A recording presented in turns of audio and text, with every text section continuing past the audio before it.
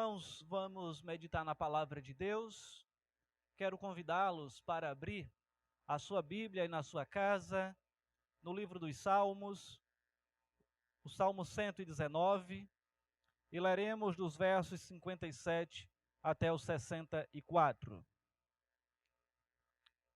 Salmos 119, versos dos 57 ao 64.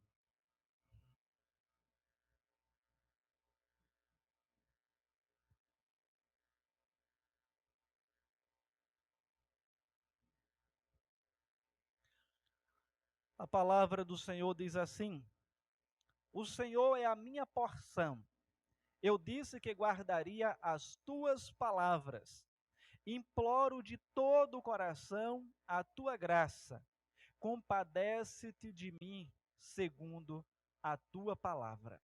Considero os meus caminhos e volto os meus passos para os teus testemunhos. Apresso-me, não me detenho em guardar os teus mandamentos.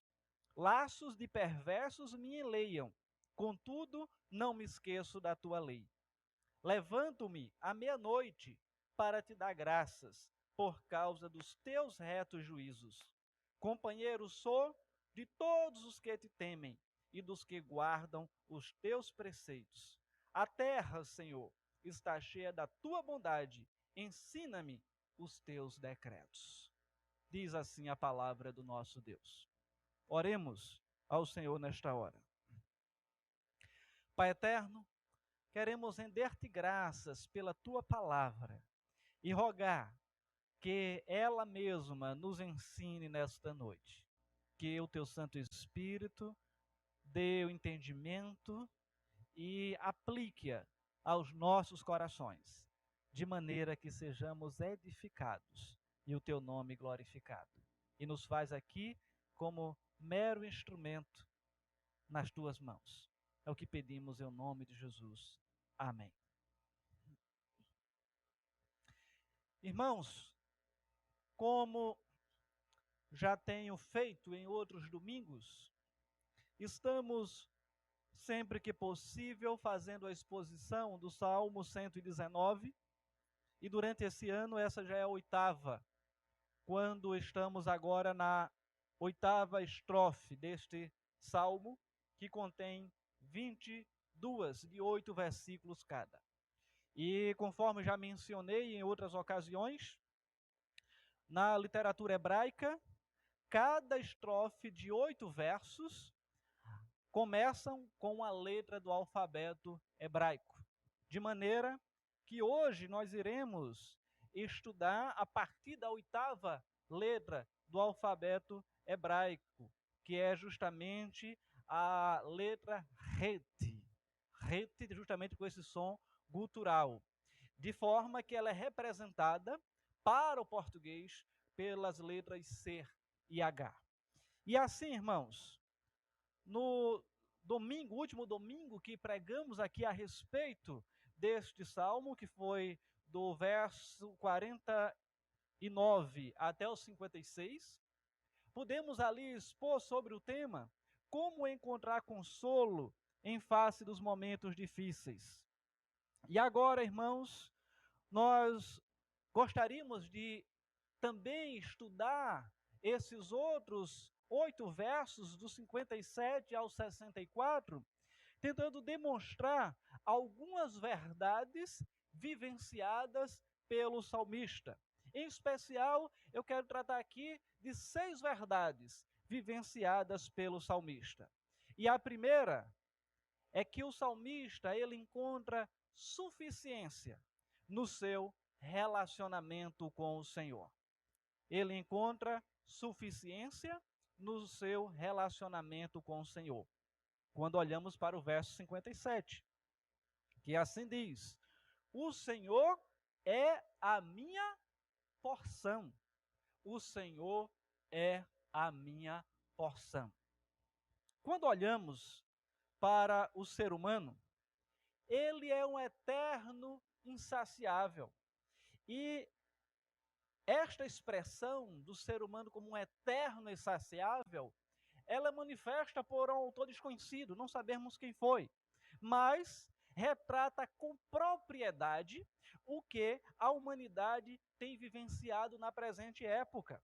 Pois se percebe que o ser humano sempre está em busca de alguma coisa, em busca de alguma realização, em busca de alguma satisfação em tudo na sua vida. Contudo, quando encontra alguma satisfação, sacia o seu anseio com algo, de imediato ele já identifica uma outra necessidade, já identifica um outro anseio, ou aquilo que ele tanto queria, imediatamente perde o encanto, porque ele já conseguiu e agora ele já vai em busca de outra coisa. E por isso que afirmo que é algo bem propício esse termo, o homem é um eterno insaciável. E quando olhamos para essa verdade, irmãos, basta olhar para a nossa história. Pare para pensar, quantos de nós queríamos tanto determinado objeto? Por exemplo, um celular. Ah, eu quero o celular X. Conseguimos o celular, passamos um tempo com ele, depois perde o encanto. Já não temos o mesmo cuidado, já não damos o mesmo valor, e daqui a pouco já queremos outro. De forma que são coisas perecíveis, coisas que passam, passageiras, elas não são permanentes. E o salmista, ele inicia justamente esta estrofe, declarando que o Senhor é a sua porção, que o Senhor é a sua satisfação, que o Senhor é a sua plenitude, que o Senhor é a sua fidelidade. E a expressão usada pelo salmista faz alusão aos levitas, quando da divisão da terra entre as tribos, e eles não tinham parte definida para si, ali daquela partição, ou da repartição. Entretanto, parte das terras das outras tribos eram selecionadas para os levitas. Os mantimentos também eram direcionados ali para eles, as ofertas. E eles tinham então a declaração que a porção deles era a do Senhor. Ou a porção deles era o Senhor. Já que eles tinham ali dedicação exclusiva no preparo da adoração e na adoração propriamente dita. De maneira que o salmista, tendo como sendo Davi, diz: Tu és a minha alegria, Tu és a minha suficiência. E assim há o reconhecimento por parte do salmista da suficiência que o próprio Deus pode proporcionar ao homem insatisfeito, ao eterno insatisfeito. Nele não há frustração. Em Deus não há frustração. Por outro lado, quando colocamos a nossa expectativa, esperança neste mundo, a satisfação, ela então se torna temporária. E a frustração, ela é quase certa. Ou então simplesmente perde o encanto. Ao olharmos para o ímpio, a esperança dele está nos bens materiais, estão nas coisas que este mundo pode oferecer. Procura se satisfazer em tantas coisas, ou até em si mesmo, ou naquilo que pode ser oferecido à sua volta. Mas chega um ponto que as benesses que ele tem aqui nesse mundo, elas não são suficientes para lhe garantir nada no mundo pós-morte. Temos como exemplo a narrativa do rico e de Lázaro, quando o rico ele recebe uma resposta: recebestes os teus bens nesta vida, assim como Lázaro também os seus sofrimentos, parafraseando o texto. No entanto, irmãos, para os escolhidos do Senhor, nada mais pode satisfazê-lo a não ser o próprio Deus. Ao final do verso, o salmista reafirma seu voto de que guardaria as suas palavras, guardaria as palavras do Senhor até o fim. As palavras do Senhor seriam seu guia. Mas cabe observar que fica imersa nessa expressão de que pela guarda da palavra é que ele concebe o Senhor como a sua porção e a sua suficiência. Irmãos, é natural que tenhamos anseios, que tenhamos sonhos, que tenhamos desejos e lutemos para conquistá-los. Todavia, precisamos ter a consciência de que a satisfação plena, a felicidade plena, que muitas vezes nosso coração tanto busca aqui neste mundo, ela só é satisfeita em Deus. E de acordo com esse verso, ela é satisfeita em Deus quando nós procuramos cumprir, se submeter cabalmente à sua palavra. Senão, nós estaremos sempre insatisfeitos, sempre buscando algumas outras coisas que não são permanentes para nos satisfazer, para trazer alegria, para nos deixar felizes. E quantas não são as pessoas que estão esperando ser feliz, confiando na outra pessoa? Mas as pessoas são falhas, as pessoas nos decepcionam, as pessoas nos frustram, mas confiamos e precisamos confiar naquele que não falha, naquele que não nos decepciona, naquele que não traz frustração para nós, que é o nosso Senhor. Ele é o nosso Deus eterno, todo-poderoso. E nós precisamos, irmãos, nos colocar diante do seu governo, nos colocar diante dele para podermos fazer como o salmista, de fato, entendermos, assimilarmos e o tomarmos como a nossa porção. A segunda verdade que nós podemos identificar nesse texto é que o salmista, ele implora por graça, ou implora por mais graça, conforme as promessas de Deus. No verso 58, partindo da perspectiva do verso anterior, onde ele encontra plena satisfação no Senhor, agora o salmista se volta para Deus, é uma petição rogando um dispensar da graça de Deus sobre a sua vida. Em outras palavras, ele está dizendo: eu tenho plena satisfação no Senhor e reconheço que isso é fruto da graça de Deus, mas eu não quero decair desse estado de graça, eu não quero perder esse senso de satisfação. Então ele se derrama diante de Deus de todo o coração e ele pede: Senhor, flui mais graça sobre mim, derrama mais graça sobre a minha vida, para que eu permaneça satisfeito, para que eu permaneça pleno no Senhor. Ele renova seu desejo por Deus. Ele é um daqueles que antes poderia ter rejeitado a palavra de Deus, ao se deleitar no pecado, mas ao experimentar da plenitude do Senhor, ele implora o favor de Deus de todo o seu coração, não tendo espaço para frieza, não tendo o espaço para retorno, não tendo espaço para o legalismo. E ao implorar ao Senhor, ele se utiliza das promessas de Deus em sua palavra. Ele faz isso segundo a tua palavra. Ele diz: faz isso segundo a tua palavra.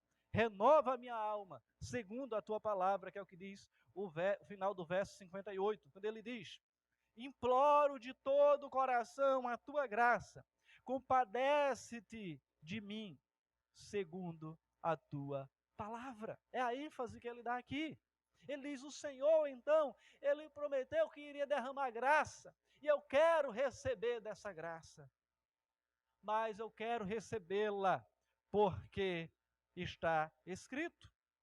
Interessante, irmãos, que não podemos demandar o favor de Deus como se ele estivesse nos devendo, como se fosse um débito, mas demandar o favor de Deus como um pedinte.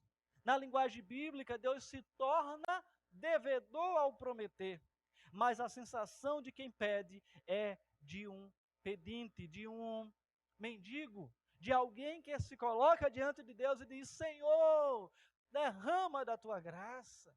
Eu não sou merecedor, mas derrama da tua graça sobre a minha vida.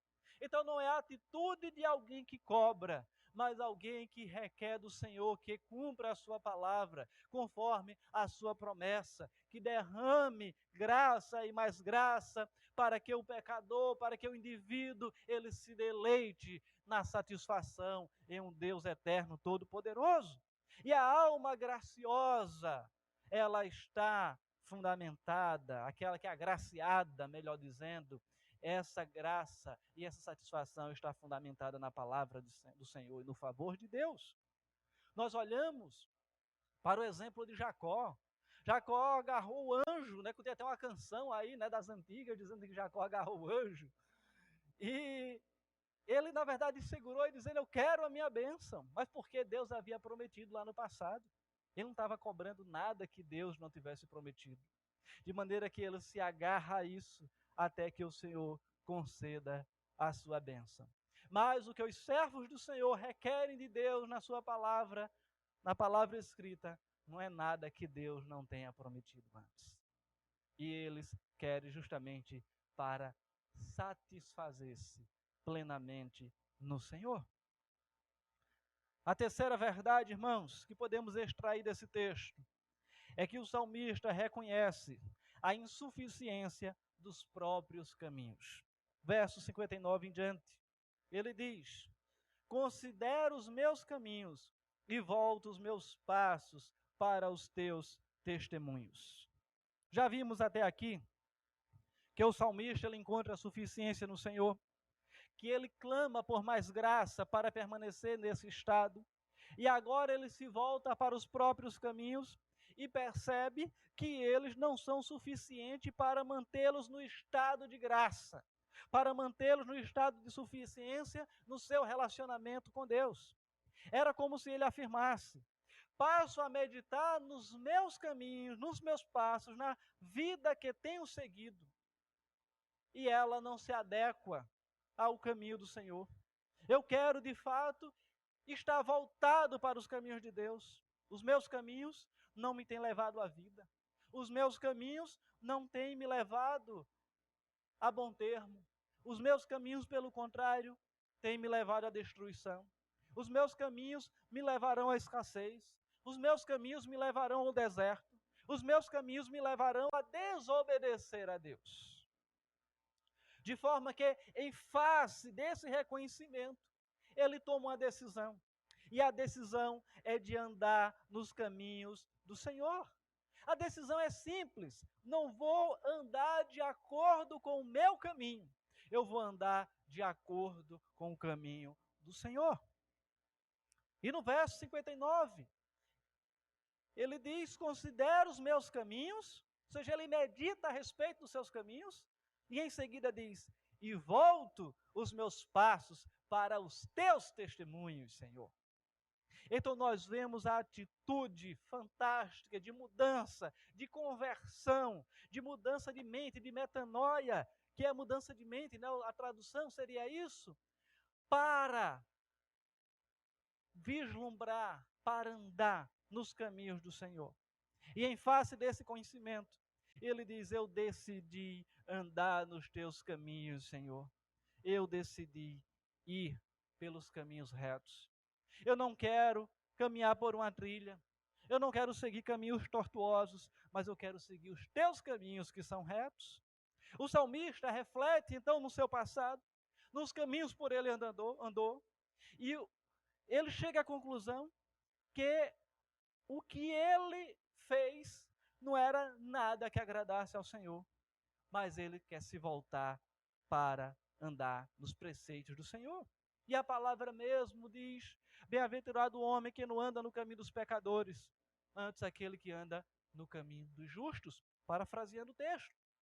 Um determinado pregador, citando um comentarista bíblico, diz que interessante que o salmista não medita nos caminhos dos outros, mas nos seus próprios caminhos. Irmãos, quão verdade é essa? Quantas vezes eu e você temos parado para meditar no caminho das outras pessoas? Passamos a olhar os outros e apontar: olha, fulano faz isso, ciclano faz aquilo, beltrano faz aquilo outro. Mas eu e você já olhou, parou para refletir nos seus próprios caminhos?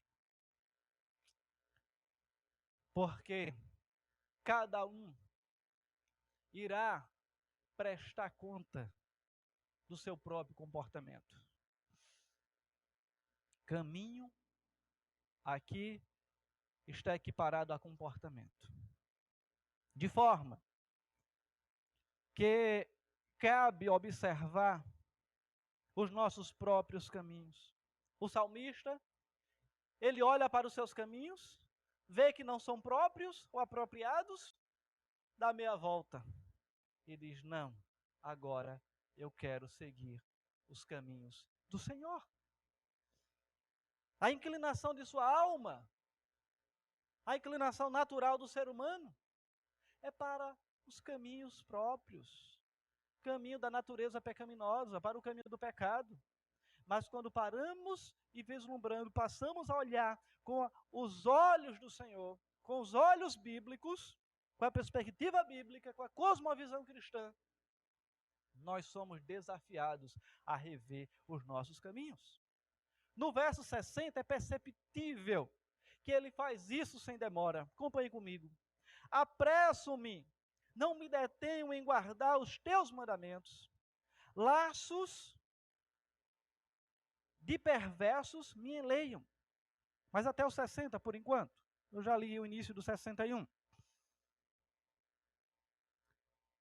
Apresso-me, não me detenho em guardar os teus mandamentos. É perceptível aqui, irmãos, que a meditação dele não é uma meditação contemplativa, mas é uma meditação de diagnóstico, que ele identifica o que está errado e tem um senso de urgência, de pressa, de se voltar para o Senhor. É agora, eu mudo de rota e sigo os caminhos do Senhor, não mais os meus caminhos. Eu não me detenho nos meus caminhos, eu não vou perder tempo nos meus caminhos.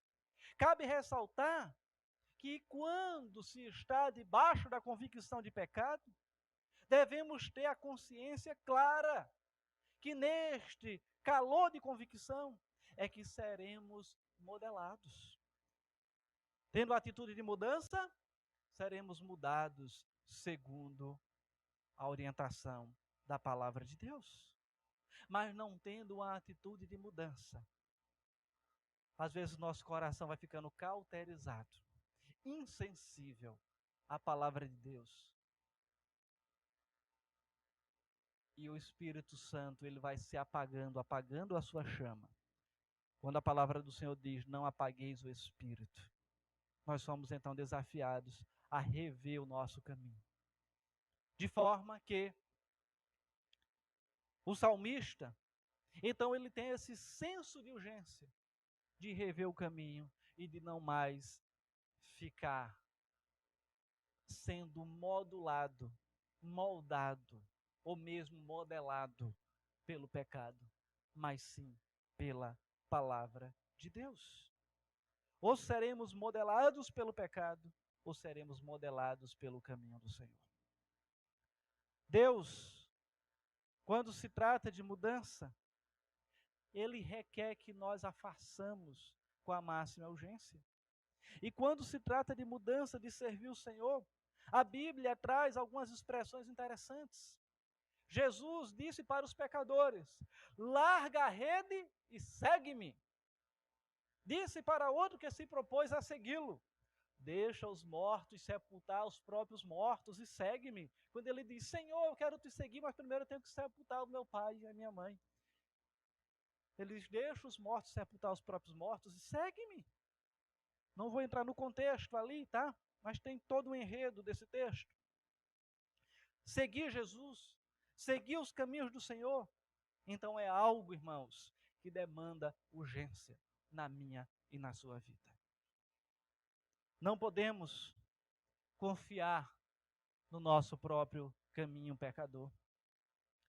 É necessário que entreguemos o nosso caminho ao Senhor, para que possamos agora trilhar o nosso caminho sobre o caminho dele.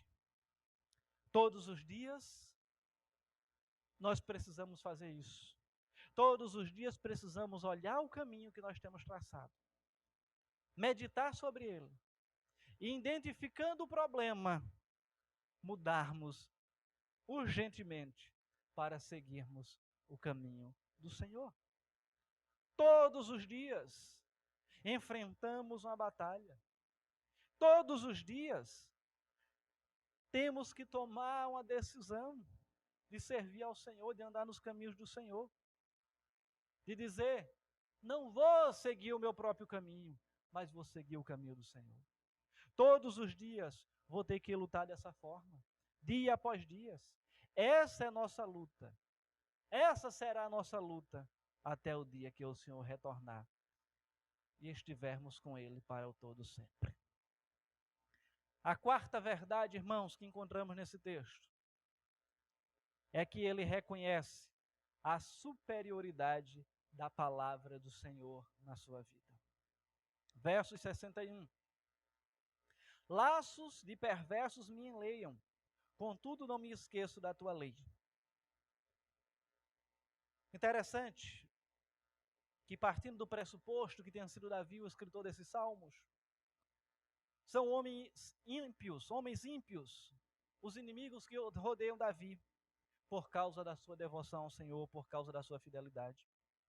Muitos tentaram tirar a vida de Davi, manchar o seu bom nome, tirar o que ele possuía, roubar o seu trono. Tentaram de tudo, como seu próprio filho Absalão, os amalequitas, dentre outros que estavam ali perseguindo o rei Davi. Mas ele tinha consciência que tudo poderia ser tirado, menos a palavra do Senhor. Ele tinha consciência de que os seus inimigos estavam colocando laços, estavam rodeando, estavam tentando destruí-lo, estavam tentando fazê-lo desmoronar. Ou seja, estavam aqui colocando um cerco de todas as formas. Contudo, ele diz, eu não me esqueço da tua lei. Eu não me esqueço da tua palavra. E ele prossegue no verso 62. Levanto-me à meia-noite para te dar graças por causa dos teus retos juízos. Interessante essa afirmação de que ele se levanta à meia-noite para render graças ao Senhor. Por causa de quê? Da sua palavra. Mas voltando aí um pouquinho para aquilo que está instituído no verso 61, vamos perceber, irmãos, que como Davi tinha os seus inimigos, nós também temos os inimigos da nossa alma.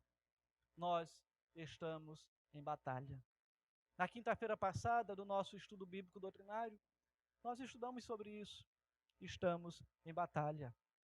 E nós precisamos ter essa consciência. Precisamos estar vigilantes.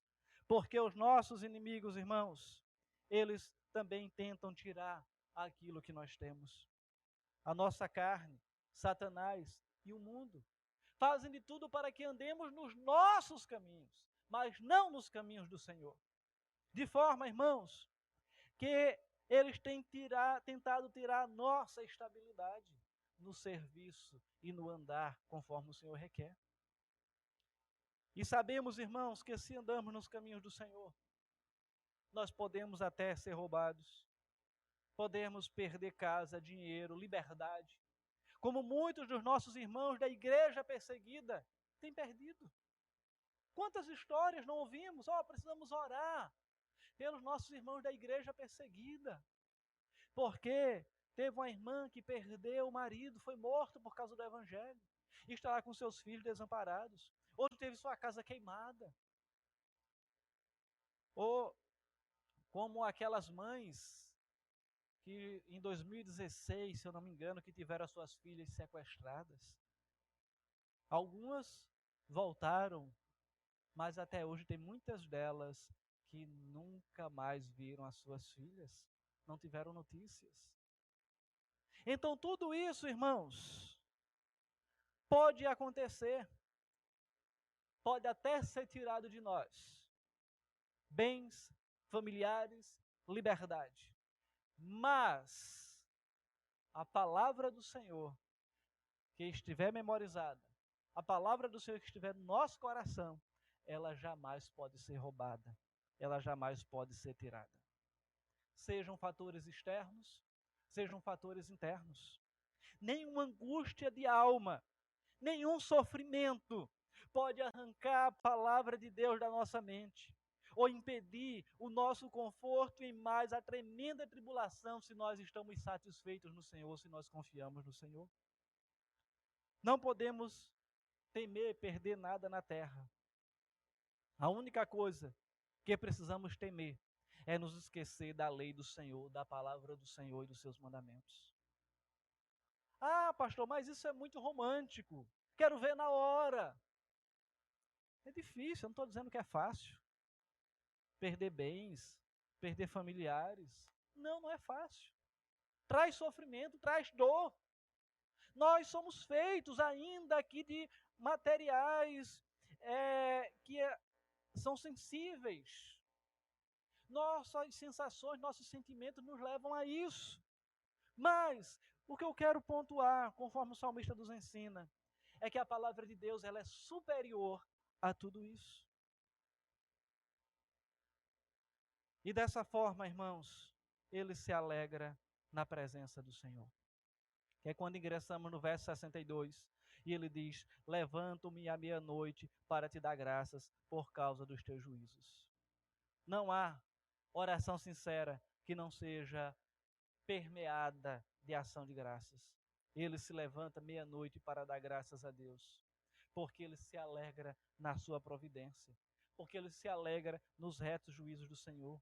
Ele se levanta para dar graça, mesmo em face do sofrimento, mesmo em face da dificuldade, mesmo em face dos seus inimigos, mesmo em face da pandemia do coronavírus, irmãos. Nós podemos render graça e devemos render graças ao Senhor, porque Ele tem sido misericordioso nas nossas vidas. Ele tem sido gracioso sobre as nossas vidas. E precisamos, acima de tudo, render graças, porque nós temos a Sua palavra. Não estamos aqui hoje reunidos comunitariamente com toda a igreja, mas você pode render graças ao Senhor, porque você tem a Bíblia aí na sua mão.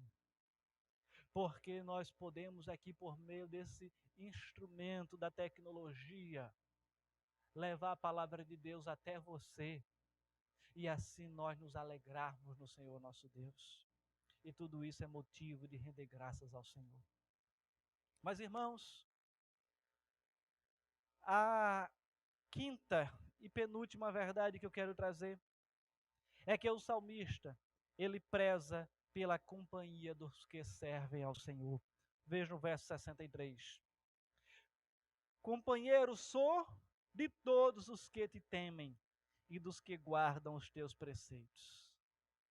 Esse salmista aqui, ele ama o povo de Deus.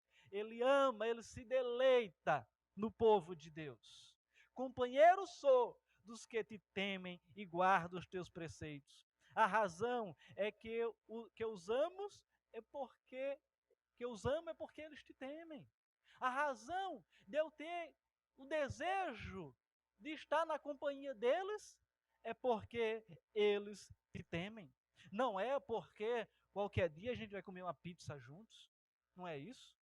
Não é porque talvez você possa me convidar para uma festa de aniversário. Não é porque talvez possamos ir ali comer um churrasco juntos, fazer um churrasco. Não. A razão que ele se alegra, a razão dele querer estar junto, é porque eles temem a palavra de Deus. Olha que maravilha. E assim, irmãos, quando nós andamos com pessoas que também temem o Senhor, nós somos encorajados, nós somos fortalecidos, nós somos direcionados para andar também nos caminhos do Senhor, pelo modo que eles mostram o amor e temor pelo próprio Deus. Comunhão na mesma fé, prazer na casa do Senhor, nas santas ordenanças. Não há distinção quando se trata dessa comunhão. Não tem aqui preto ou branco, não há esse preconceito. Não há distinção de raça, de condição social. Não há condição de cor e nem de nada.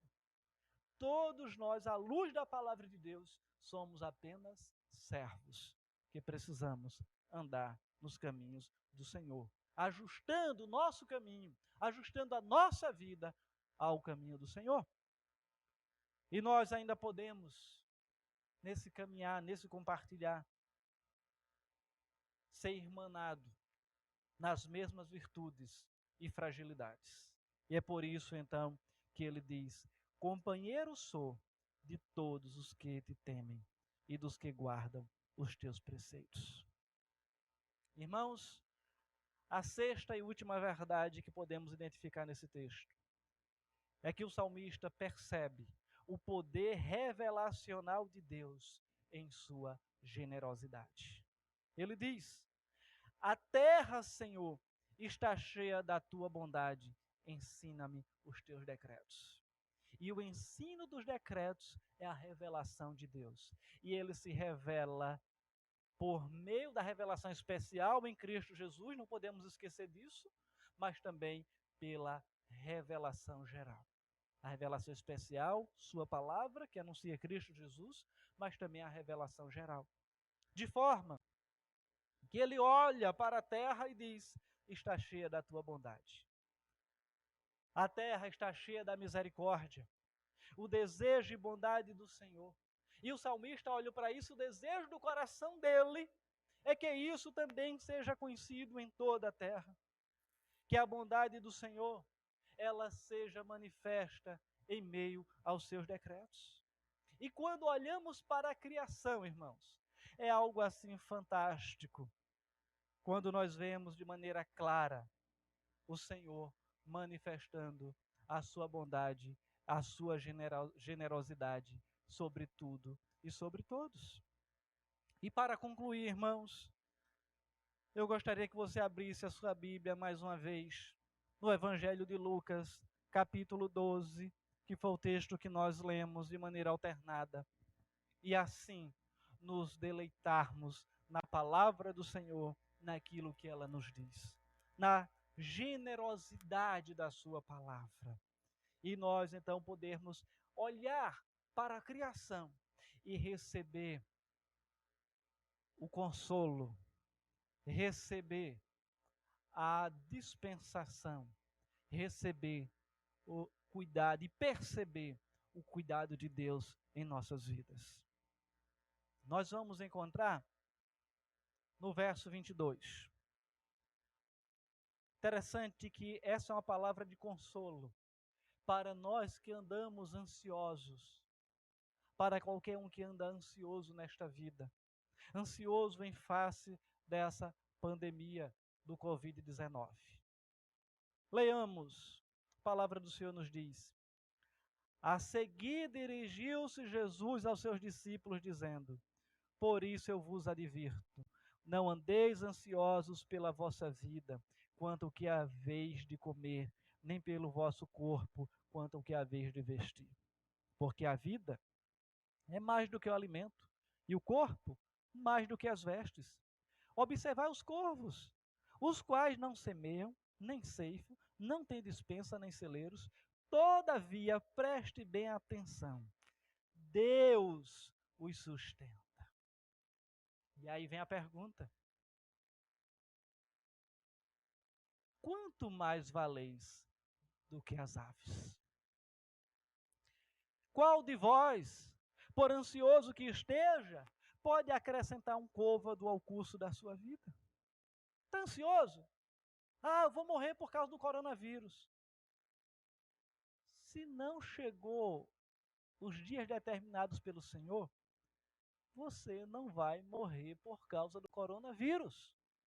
Mas se chegou o dia, pode ser do coronavírus, pode ser de um mero espirro, mas você vai partir. Não tem para onde correr. Porque nós não temos o poder de acrescentar mais o muito nem o pouco. Com isso também agora não vai se apoiar e dizer, agora eu vou sair aqui, vou em todo lugar, porque eu quero pegar o coronavírus, porque eu não vou morrer. Opa, não é isso que eu estou dizendo não, tenha calma. Aí você está tentando a Deus. Mantenhamos as nossas precauções, mas vamos continuar no texto. Verso 26. Se, portanto, nada podeis fazer quanto às coisas mínimas, por que andais ansiosos pelas outras? E eu acho esse versículo fantástico. Observai os lírios, eles não fiam nem tecem.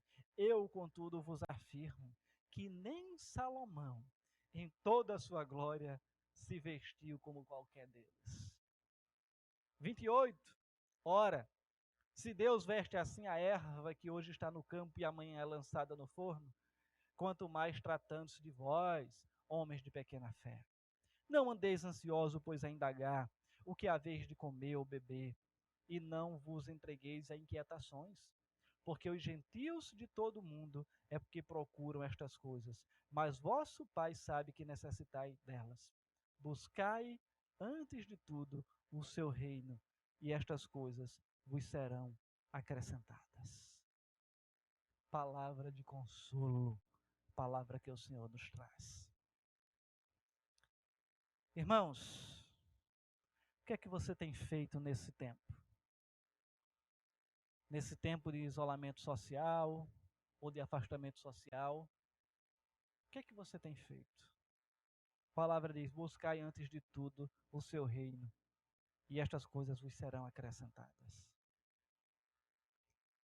Irmãos, eu tenho me preocupado com a frequência dos irmãos nas transmissões. Porque eu fico me perguntando, se os irmãos estão em casa, o que é que eles estão fazendo uma hora dessa? O que será que eles estão assistindo ou estão acessando? Todos os dias, pelo aplicativo Jitsi, das 19h30 às 20h30, nós temos uma transmissão. E nós precisamos, irmãos, ter esse momento juntos, para orarmos, para refletirmos na palavra de Deus, para termos esse momento de comunhão. Eu sei que às vezes tem alguns que têm algumas dificuldades particulares, e o horário às vezes pode ser justamente naquele horário, mas talvez não seja o seu caso. Vamos, irmãos, nos colocar então diante do Senhor nesse momento, rogando que Ele continue cuidando de nós e confiemos então nessas verdades. Deus é aquele que se manifesta por meio do poder revelacional em sua generosidade. Ele, o salmista, ele preza pela companhia dos que servem ao Senhor. O salmista, ele reconhece a superioridade da palavra. O salmista, ele reconhece a insuficiência dos seus próprios caminhos. O salmista, ele implorou por mais graça conforme as promessas de Deus. E o salmista, ele encontrou suficiência no seu relacionamento com o Senhor. Que nós, de fato, encontremos essa satisfação, essa suficiência, essa plenitude na palavra do Senhor. Que possamos afirmar: o Senhor é a minha porção. Que o Senhor nos abençoe e nos faça cada dia praticantes da sua palavra. Amém.